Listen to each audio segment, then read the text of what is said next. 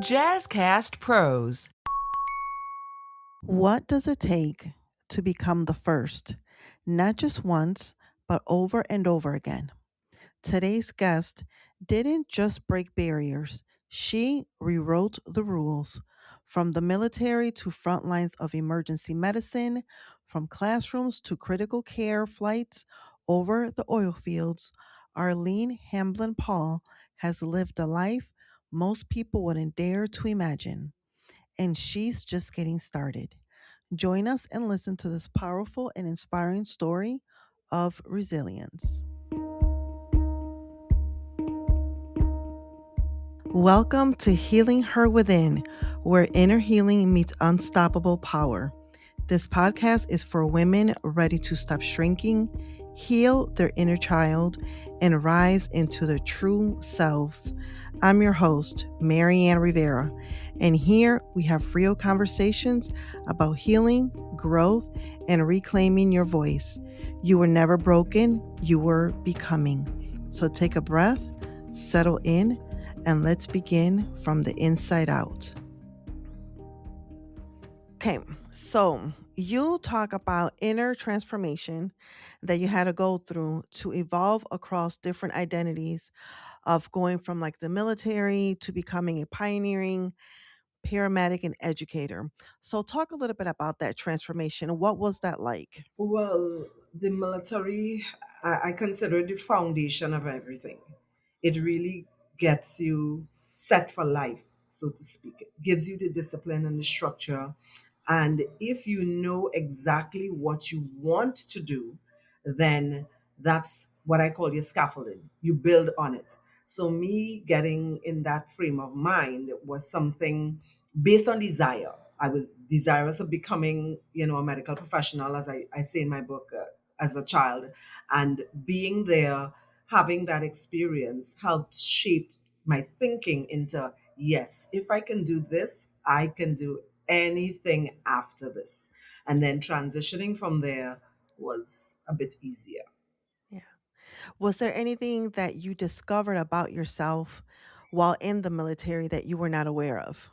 I'm stronger than I thought. I really Mm, discovered that.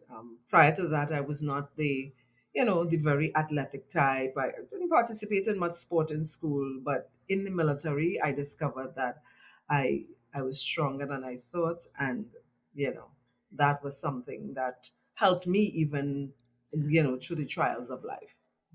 yeah. I'm always amazed about when, learning about women joining the military. What was it about the military or what was going on in your life that you decided to join the military? Well, me becoming a part of the military was out of necessity, needing a Mm, job that provided some stability. After becoming a mom, I decided there was something that I had to do to be able to support him. And when I discovered the military was about to recruit persons, I decided, hey, this is a good opportunity to stabilize in order to continue life. So that was right. my motivation initially, yes.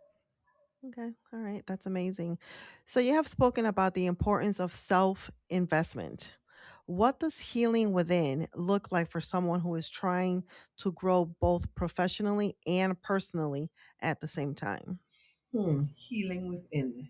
It's really coming to terms with your past, not as condemnation, but as Mhm. motivation, and using that as your, as I say, scaffolding or your platform to move forward to your various, whatever your career choices, our career choice is. It depends on your desires. I always had that quest to learn. And so looking back, my experiences were learning experiences. And that, pushed me forward. Yeah. And a lot of times, especially for women, when we go through things in life, we allow that to keep us stuck for a number of reasons. So you talked about that motivation. How were you able to, and I know you mentioned about having to do what was needed for, to raise your son, but what else was there within that was motivating you to press forward?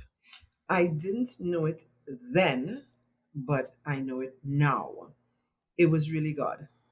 Mm. It was really God there with me. I accepted Jesus Christ at 11 years old. But you accept Jesus and then you go the way of the world, you do things, you're a teenager, that Yeah. kind of thing. But he says he will never leave us. And Mm. that is so true. And I think that part was in me. That part that is of God was inside of me that really kept me looking back. It could not have been without him. It was only because of him that I was able to. So yes, it's the self motivation, and I'm Yeah. intrinsically motivated. Yes, but without God, the equation would have been incomplete, and you wouldn't have the Arlene that you have today. I love that. I love that. So, as the first female paramedic in Trinidad and Tobago, did I get that correct? Yes, yes. Okay. So, and later, you became a critical care flight medic. You've broken many barriers. So, what mindset helped you push past the fear and expectations of others to become who you are today? I can do anything and be anything I want to be. As a Mm. child, that was said to me. I remember that. If it's the one thing I remember my father speaking about, he sat me down and he said, "You can do anything and be anything that you want to be." And so, with that, that continued to be my motivation. Later on in life, I discovered it's directly connected to the scripture, "I can do all things through Christ who strengthens me." So, that is what, that's it right there. I can do anything and be anything. So based on, whether it's the expectation of others, and I was not really the type of person that paid much attention to extrinsic, because Mm. I know my goals, I set them and I get focused on them. And I seldom am distracted by what people say or what people do. I wanted to go out and study. I decided, this is what I need to do. Left home, not much money in my pocket, but I needed to do that. And then, the rest is history. Yeah. And it's a beautiful thing that you had that support and that you had your father share, those words with you that made a huge impact in your life. And unfortunately, not everybody has that positive reinforcement and somebody that can pour into them, especially at a very young age. So, what would you say to the person who might be listening to us today that doesn't have that support, but they feel that they were meant for more? Again, I'll go back to my spiritual foundation. God is the father to all. And I had to tell this to a teenager once. He is everyone's father. Never mind, your father is not here and it will hurt. But God says he will never leave us nor forsake us. So that's my first bit of advice. Seek God. Seek out what he says. Meditate. Spend that time with him in order to find self. The other part of it is you have to choose, you have to be intentional about what you want for your life. Everyone has challenges. We Yeah. see people sometimes and we think, oh, they're lucky. No, they're not. There was some type of formula, whether it be spiritual, whether it be, motivational support system, there was something. So in the absence of that pouring into you, you have to make a choice. And Yeah. I always tell persons, ask for help. Mm.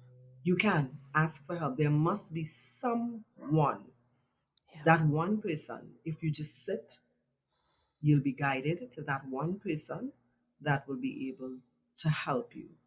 Everyone has that one person. Some haven't found that one person yet, but Yeah. they're there. Yeah.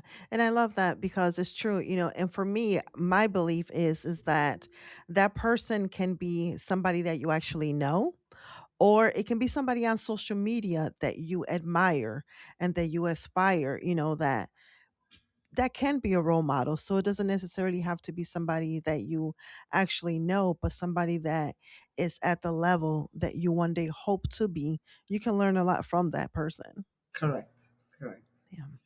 Yeah.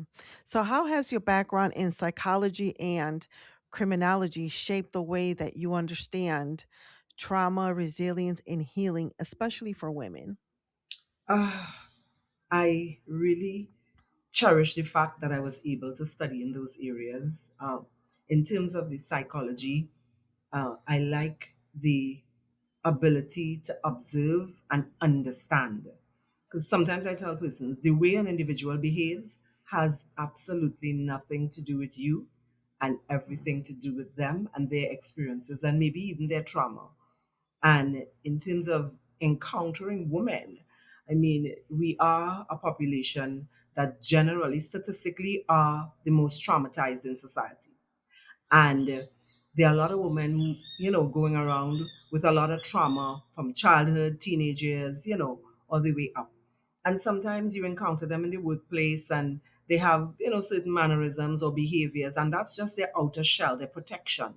And my training, my studies in that area has really helped me to understand that, hey, this person is not behaving like that because they don't like you or they want to be a negative person, but it could be because of some sort of trauma. In terms of criminology and criminal justice, not so much in the area of females, but when I studied criminology, I did pursue criminology because of an NGO that I formed called Anointed Sons International, which is geared towards the rehabilitation on restoration of youth, male youth.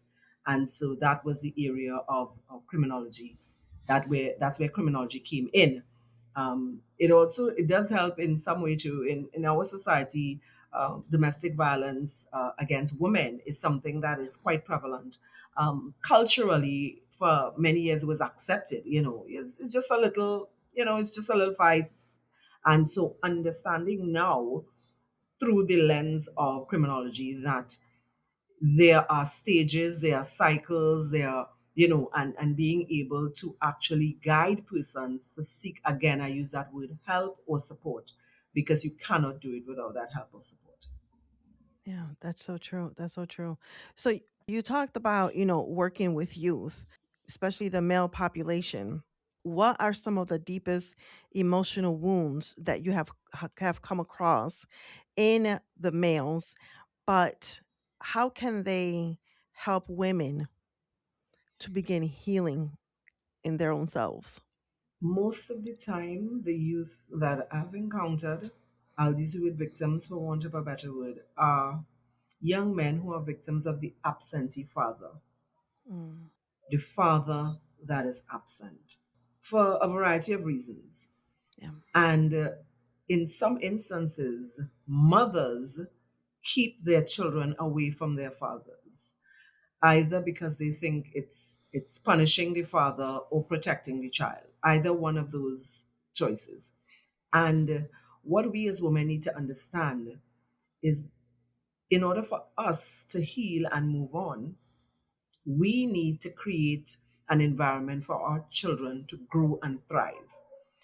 And it is in the presence of that male figure, often the father, if the father is able to be in the child's life, do not prevent the child from interacting with the father. You don't have to be in a relationship with the father. You don't have to, but that's the child's father. And there's a part in a child that yearns for the father, for the love of the father, for that interaction. And Yeah. sometimes we see teenagers being rebellious. A single mother, teen is rebellious. So that causes stress on the woman. But sometimes being able to get that male figure, even if the father is not around, that solid male figure, that can actually help. So it indirectly helps you as the woman to, to thrive. What are your thoughts, either personally or professionally? And I don't know if you have ever heard this before, but it's for me personally, it's like a big pet peeve when like Mother's Day comes around and single mothers like I'm doing the job of a father. So, like Father's Day, for example, wish me a happy Father's Day because I'm the father in the really in the child's life. You're not the father.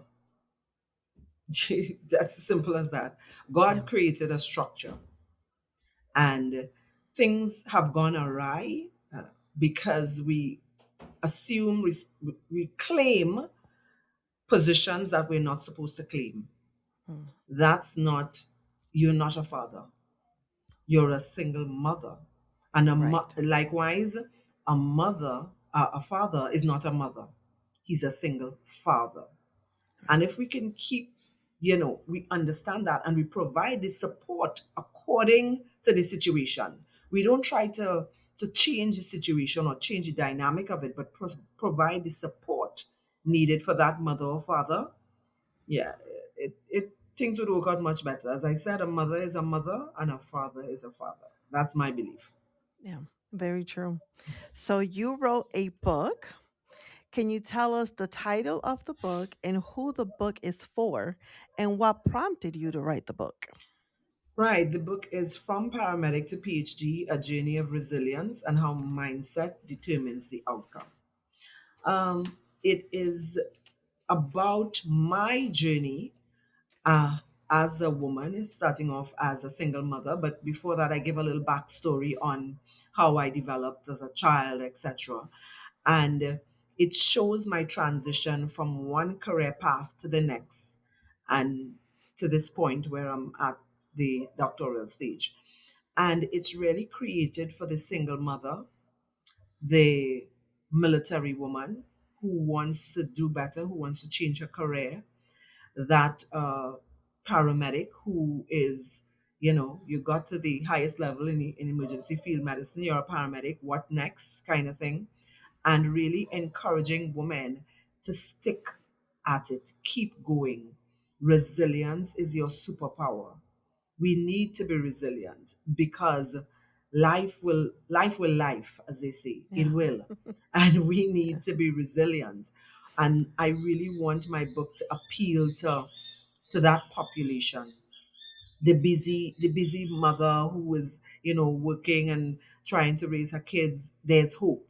There is hope.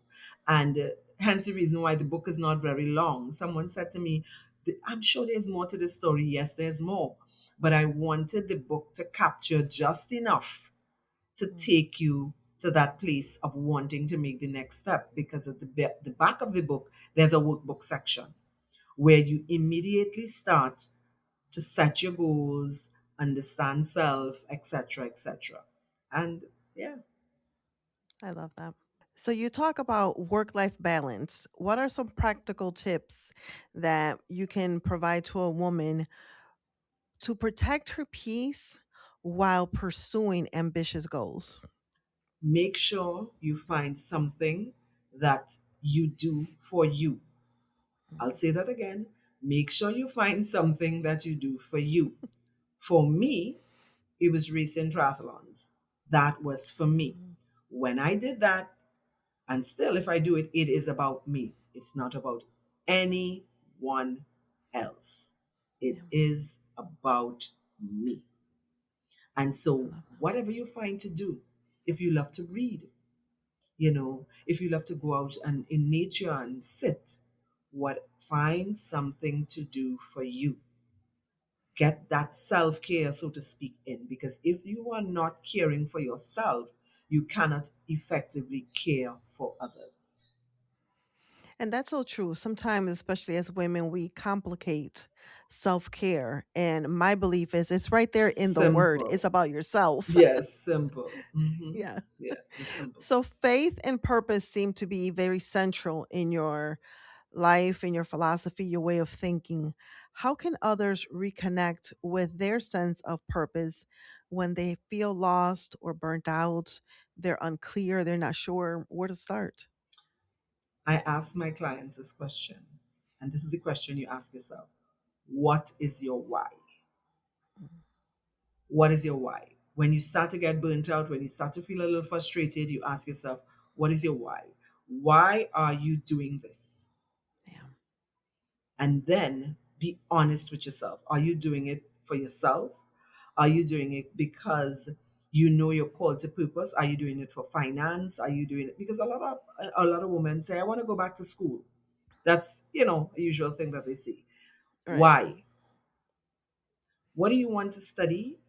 What do you want to do, and why?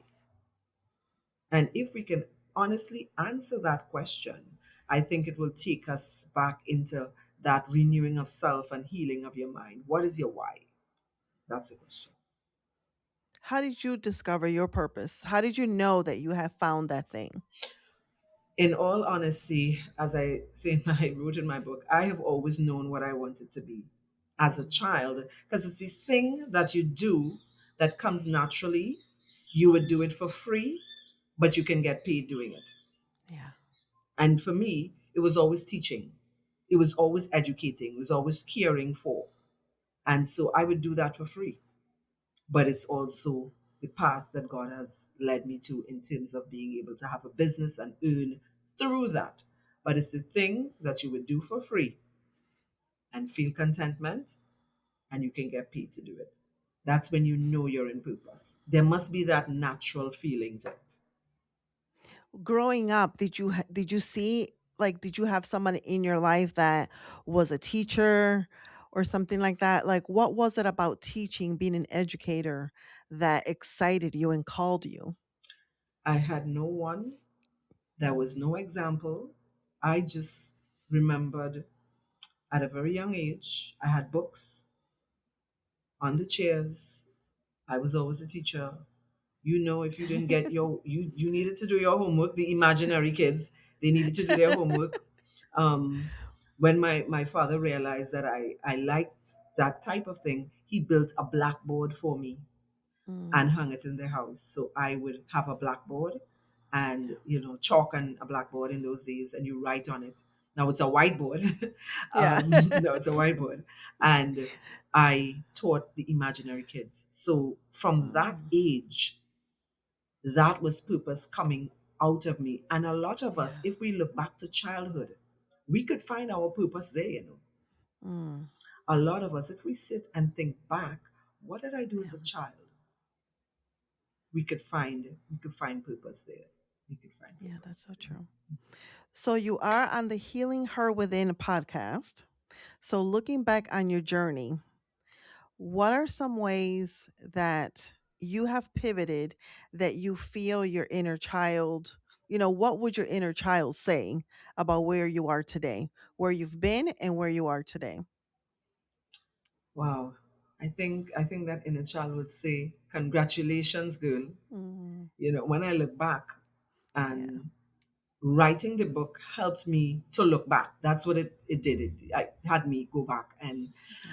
from the days of not having enough money to be able to travel to get to school and having to wait on someone to get a lift and you know becoming a teenage mom. And when I look back on all those things, they were the key variables in the process because those things are what brought me to where I am today. If I go back, if I miss a step, I wouldn't be who I am today.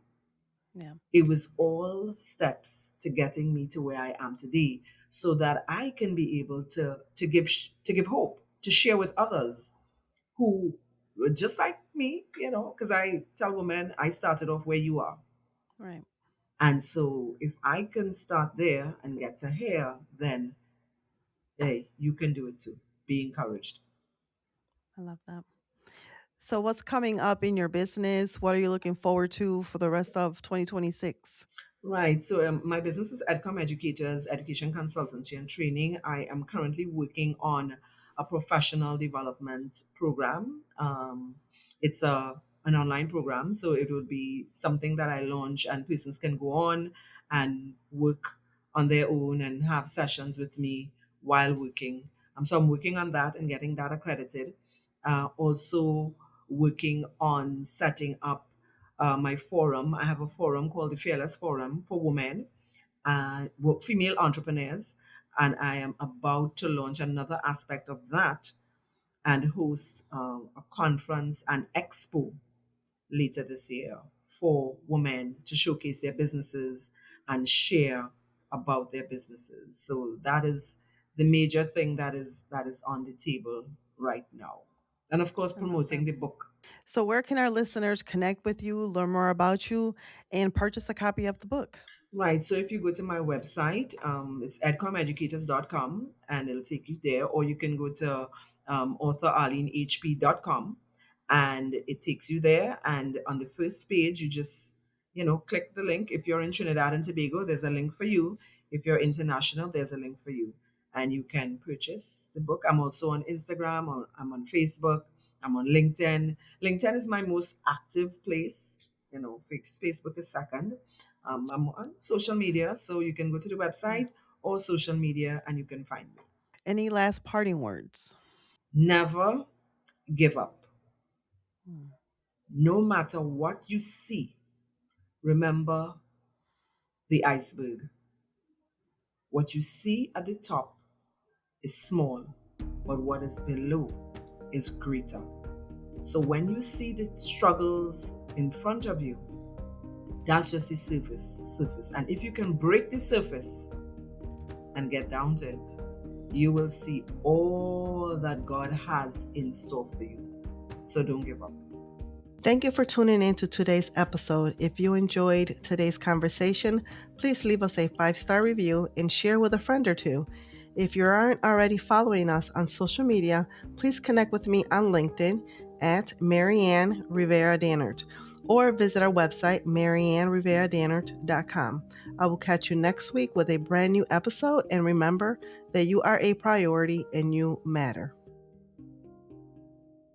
And one last thing. This is a disclaimer. The information shared in this podcast is for educational and entertainment purposes only, and it's not a substitute for professional advice, diagnosis, or treatment. I am not a licensed therapist or counselor. If you're dealing with mental health or emotional challenges, please seek support from a qualified professional or a licensed counselor. Have a beautiful day.